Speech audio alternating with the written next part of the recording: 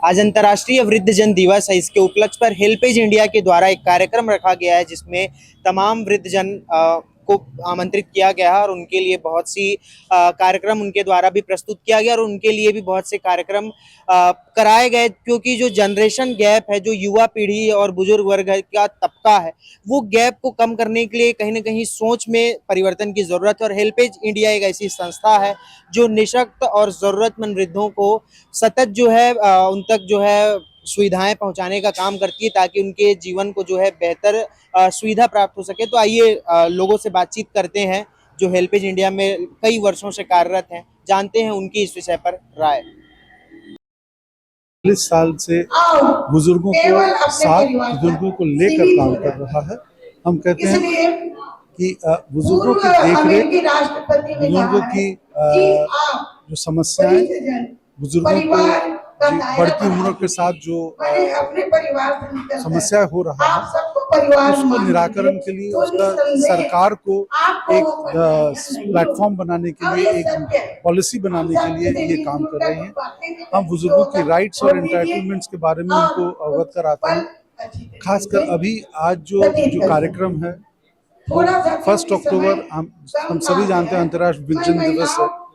तो चूंकि सरकार तो अपनी तरफ से कार्यक्रम अपने अपने जिले पे कर ही नहीं, और हमारे काम जो है सारे सीनियर सिटीजन एसोसिएशंस जो हैं छत्तीसगढ़ के, उनके साथ हम जुड़े हुए हैं। और सारे सीनियर सिटीजन 1 अक्टूबर अपने अपने जगह पर, अपने अपने कस्बे पर करेंगे, तो वो न बिगड़ जाए। हम 2 दिन पहले ही कर रहे हैं ताकि सरकार के कार्यक्रम में भी हम शामिल हो सके और वो उनके कार्यक्रम में अपने हिसाब से कर सके। और हमारा जो आज का थीम है, क्योंकि महिलाओं की जो बढ़ती संख्या जो दिन पर दिन बढ़ती जा रही है, पुरुषों की तुलना में महिलाओं का आने वाले 10 साल में कई गुना बढ़ जाएगा। तो इसके लिए क्या हमारे सरकार जो पॉलिसी मेकर्स हैं, क्या हम तैयार हैं महिलाओं की समस्याओं को निपटने के लिए? देखा गया है कि जितने भी रिसर्च हुए हैं, बहुत सारा रिसर्च हमारे सीनियर सिटीजन या एल्डरली पर नहीं है।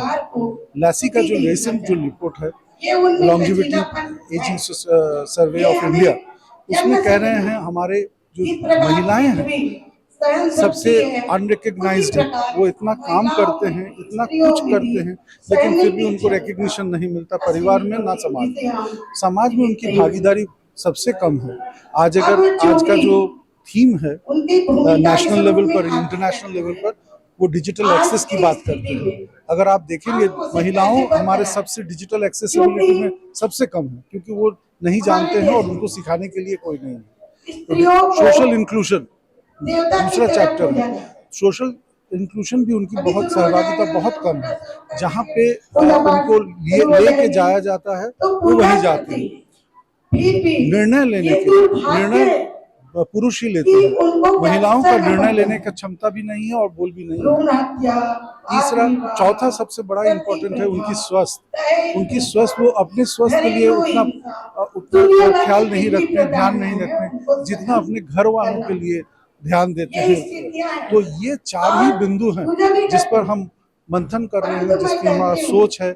और 1 अक्टूबर ये चीज हम सामने रखना चाहते हैं समाज की। ये 4 बिंदुओं पर हमारा बुलेट्स पर हमको सोचना पड़ेगा, पॉलिसी यही। सर, मेरा एक सवाल है हेल्पेज इंडिया को लेकर है।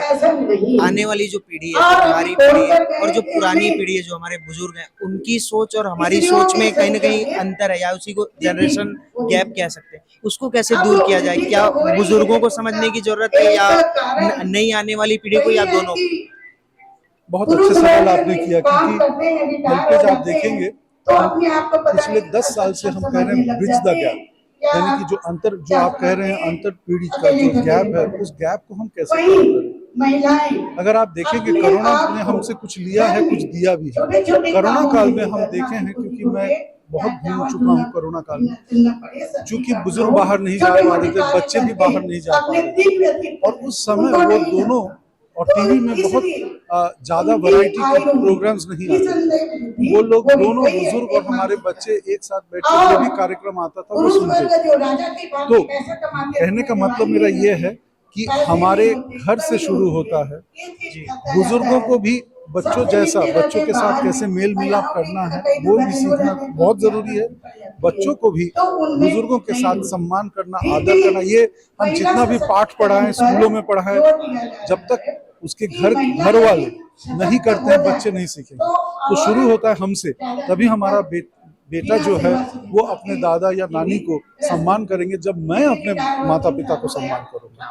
तो ये बात हम स्कूली जो कार्यक्रम होता है, स्कूली कार्यक्रम के माध्यम से हम टीचर्स संबोधन हम बच्चे को करते हैं, लेकिन वो मैसेज टीचर्स को भी जरूर जाता है कि आपके घर में जो माता पिता है उसको जरूर आप देखभाल करें, उनका आदर करें, सम्मान करें, तभी आपके बच्चे। आज आप एक नाटिका हुई और जो नुक्कड़ हुई, उसमें भी यही है, बच्चे को हम बाहर भेज देते हैं और फिर जब हमने गर्व महसूस करते हैं बच्चे हमारे बाहर पढ़ रहे हैं, क्या वो बच्चे आपके लिए उतना ही इमोशंस बॉन्डिंग है?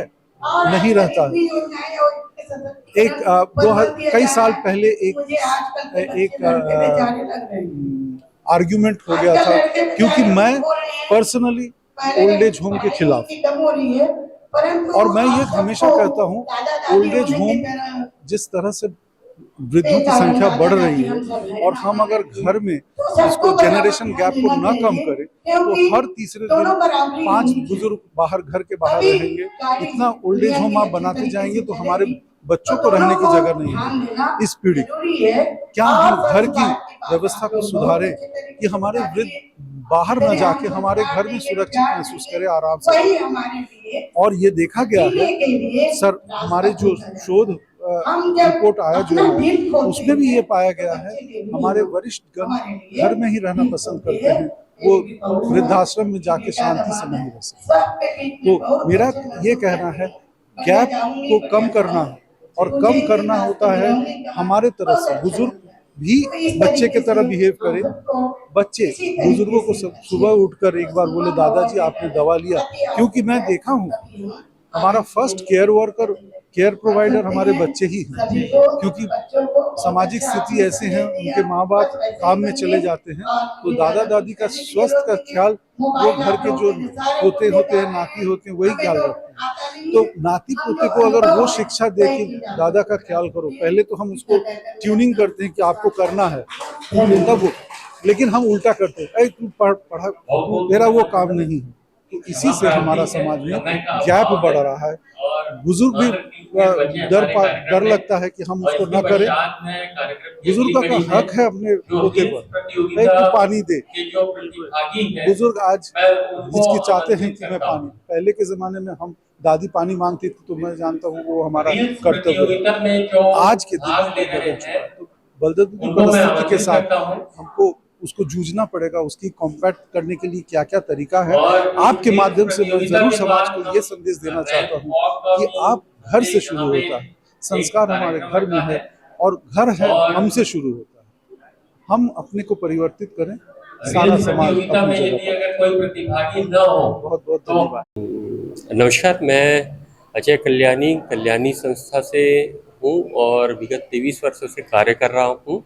और आज का जो कार्यक्रम है वो अंतर्राष्ट्रीय वृद्धजन दिवस पर जो हेल्पेज इंडिया ने रायपुर में ये जो कार्यक्रम का आयोजन किया है, इसका मुख्य उद्देश्य ये है कि वृद्धजनों को समाज की मुख्य धारा में लाना, क्योंकि आज कहीं न कहीं वृद्धजन समाज की मुख्य धारा से गायब होते जा रहा है। आज कहीं न कहीं युवा केवल शिक्षा के साथ साथ संस्कारों को भूल चुका है, जिसके चलते आज जो वृद्धजन है, आज वृद्धाश्रम की परिकल्पना ही नहीं, वृद्धाश्रम का संचालन करना पड़ रहा है। यह दुर्भाग्य है कि हम लोग आज वृद्धाश्रम का संचालन कर रहे हैं, जो कि भारत देश एक ऐसा देश है जो कि अपनी संस्कृति के लिए वैश्विक स्तर पर प्रसिद्ध है। और ऐसी स्थिति में यहाँ पे जो वृद्धजनों को नज़रअंदाज किया जा रहा है। आज वृद्धजनों को अपने बच्चों की आवश्यकता है, युवाओं की आवश्यकता है, परंतु युवा कहीं न कहीं इस आधुनिकीकरण में इतना खो सा गया है कि आज उसे पता ही नहीं कि वृद्धों के क्या मूल्य है, वृद्धजनों के उनके जीवन में क्या मूल्य है। वृद्धजन अगर नहीं रहते तो आज वो इस मुकाम पे नहीं पहुंच पाते। तो यह जो हेल्पेज इंडिया का जो कार्यक्रम है, ये कहीं न कहीं हमें स्मरण करवाता है कि वृद्ध लोगों को हमें समाज की मुख्य धारा में रखना है और वृद्धजनों को ध्यान में रखते हुए ही हम लोग को शिक्षा के साथ साथ संस्कारों को साथ में लेके चलते हुए वृद्धजनों को भी साथ में लेके चलना है। सर युवा जो है किस तरीके से साथ लेके चल सकते हैं मुख्य धारा में? जी, देखिए आज का युवा जो जिस तरीके से मैं यहाँ पे कहना चाहूँगा कि जिस तरीके से अभिभावकों ने शिक्षा पर जोर दिया और शिक्षा पर जोर देते-देते वो कहीं न कहीं संस्कृति से दूर कर दिए अपने बच्चों को। और आज हम वही देख पा रहे हैं कि हमने बच्चों को तो बड़ा बना दिया, बड़ी-बड़ी कंपनियों में हमने बच्चों को भेज दिया, परंतु आज बच्चा इतना व्यस्त हो गया है कि बच्चा चाह कर भी उनकी सेवा नहीं कर पा रहा है। एक यह भी दृश्य है, एक दूसरा दृश्य है कि बच्चा चाह कर भी वो वृद्ध लोगों को साथ में इसलिए नहीं रख रहा है क्योंकि उस आधुनिकीकरण में कहीं न कहीं वृद्ध उनके जीवन में कहीं न कहीं हर्डल्स पैदा कर रहे हैं और वो खुल के नहीं जी पा रहा है। तो कहीं न कहीं वृद्ध और यूथ दोनों ही, वृद्ध और युवाओं को सोच में बदलते हुए आपस में तालमेल भी बिठाने की आवश्यकता है। धन्यवाद।